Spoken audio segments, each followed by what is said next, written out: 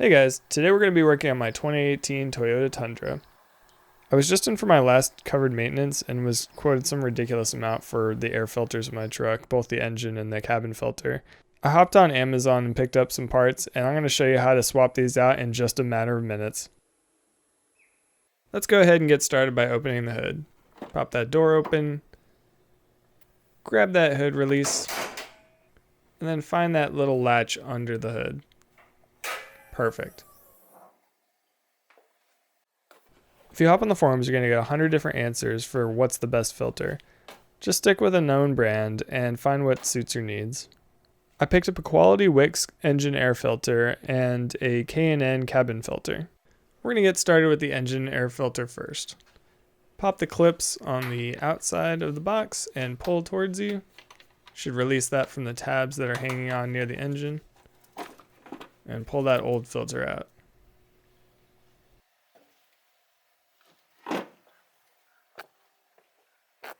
The filter doesn't actually look that bad. There's a little bit of debris between the pleats, but this probably could have gone for another couple thousand miles.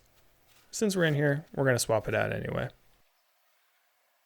While you're in here, take the opportunity to clean out the air box. It appears I had a rat living here at some point. There's peanut shells and rat droppings. I can't imagine what that would be like to be in there when the engine started.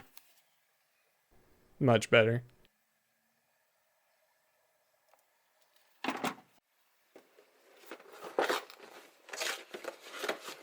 Get that pesky air filter packaging out of the way and admire your new filter. The Wix filter has a pre-filter over the pleats, which I thought was a pretty cool feature.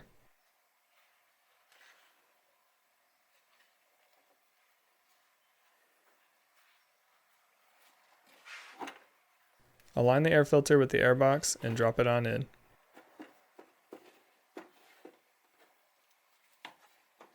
Chances are your air filter isn't perfectly flat, so you're going to have to massage it a little bit to maintain its position in the air box while you close the lid. Once the air filter is fully seated, grab the top of the air box, slide it into the two tabs that are closest to the engine, and fully seat the air box, closing it with the clasps that are closest to the fender. And once the final clasp is done, that's our air filter installed. How easy was that? Let's move on to the air cabin filter. First off, you're going to want to open up your glove compartment, and you're going to want to remove this plastic tray that's immediately in front of you. To take it out, pull up fairly firmly on the right side to pop those tabs out, and then on the left to finally unseat the entire shelf. Pull up on the door in the back of the glove compartment and pull forward from the top. It'll kind of just slide out. Now you've exposed the little door on top of the air cabin filter. There's two little tabs on each side. Push in on the two tabs and pull straight out, and that cover will come off. This cabin filter was disgusting, and there was a slight smell whenever I used the air conditioning, so I'm glad I replaced it.